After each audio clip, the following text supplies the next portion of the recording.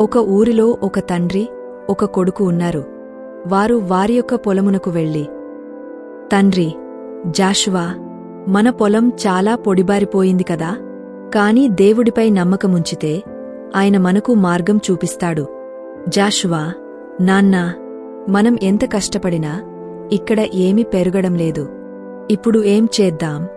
తండ్రి, సహనం కలిగి ఉండాలి బాబూ. దేవుడు మనకోసం మంచి ప్రణాళిక వేశాడు.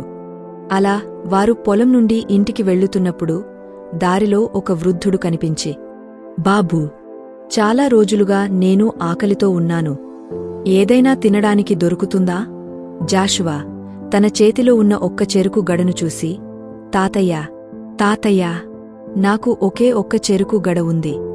కాని నేను మీతో పంచుకుంటాను అని తన చేతిలో ఉన్న చెరుకు గడతీసి వృద్ధుడికి అందిస్తాడు.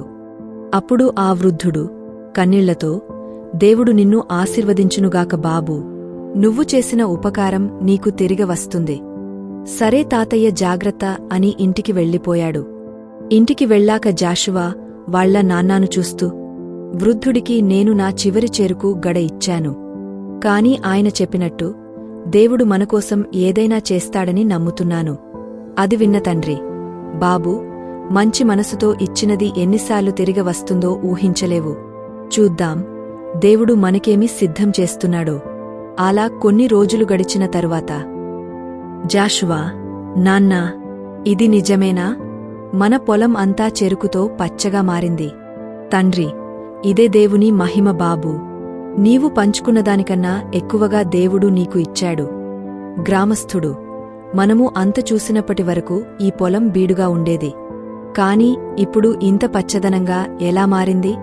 ఇదంతా దేవుని అద్భుతం. జాషువా తన చివరి చెరుకు గడ వృద్ధుడికి ఇచ్చాడు. అందుకే దేవుడు అతనికి 100 రెట్లు ఆశీర్వదించాడు. వృద్ధుడు, బాబూ, నీవు ఇచ్చిన ఆ ఒక్క చెరుకు గడ నాకు ఎంత మంచి చేసింది తెలుసా?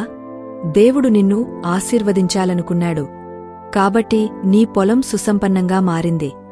జాషువా ఆశ్చర్యంగా, ఇది నిజంగా అద్భుతం తాతయ్యా. దేవుడు మన చిన్న సహాయాన్ని కూడా ఎంతో గొప్పగా మారుస్తాడు. పాఠం: దేవుడు మనకు ఇచ్చిన దానిని ఇతరులతో పంచుకుంటే మనం ఊహించలేనంతటి ఆశీర్వాదాలను ఆయన మనకు ఇస్తాడు. మనం ఎప్పుడూ మంచి మనసుతో ఉండాలి. ఎందుకంటే పెద్ద మనసుతో పంచుకున్నది దేవుడు 100 రెట్లుతో తిరిగి ఇస్తాడు.